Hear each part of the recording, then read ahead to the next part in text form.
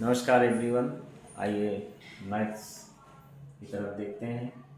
Class 7 maths exercise 2B का तीसरा सवाल है।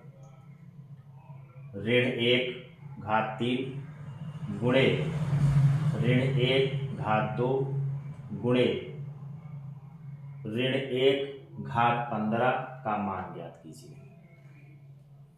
यानी -1 to the power 3 multiple -1 to square multiple -1 to the power 15 का वैल्यू निकालना है।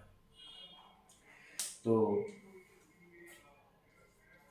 सबसे पहले हम सम्स को ऐसे उतार लेंगे। -1 to the power 3 multiple -1 to square multiple -1 15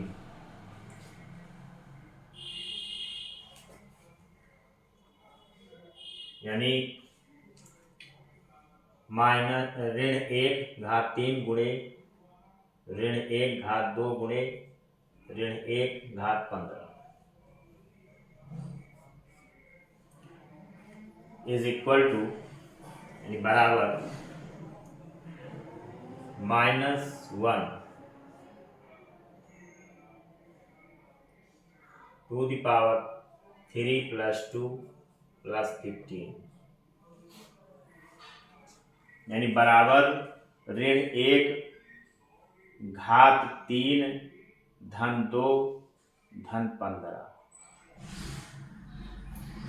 ये इस फार्मूले से लगाया गया है a की पावर m मल्टीपल a की power n then is equal to a m प्लस n। ऐसा फार्म क्यों? क्योंकि देखिए यहाँ पे ऋण 1 ऋण 1 ऋण 1 गुणा के कंडीशन में जब आधार यानी बेस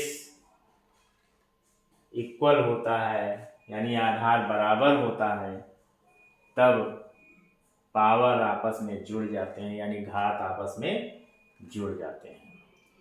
तो हमने वही किया है। जैसे ये देखिए a की पावर m है इंटू a की पावर n है देन इक्वल a की पावर m प्लस n यानी सूत्र है a घात m है गुणे a घात n है तब इसका फार्मूला होगा a घात m प्लस n। यही हमने लगा दिया है। यह सबका आधार सेम है तो घात हमने जोड़ लिया है। अब घात जोड़ेंगे जब तो ये ऋण 1 यानी -1 3 2 5 और 15 जोड़ेंगे तो ये 20 आएगा 20 आएगा। अब यहां देखते हैं एक -1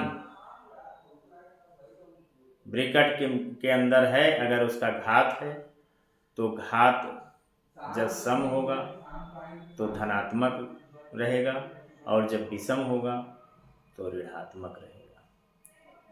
एक को चाहे जितना पावर हो चाहे जितनी बार गुणा करें उसका उत्तर एक ही आएगा।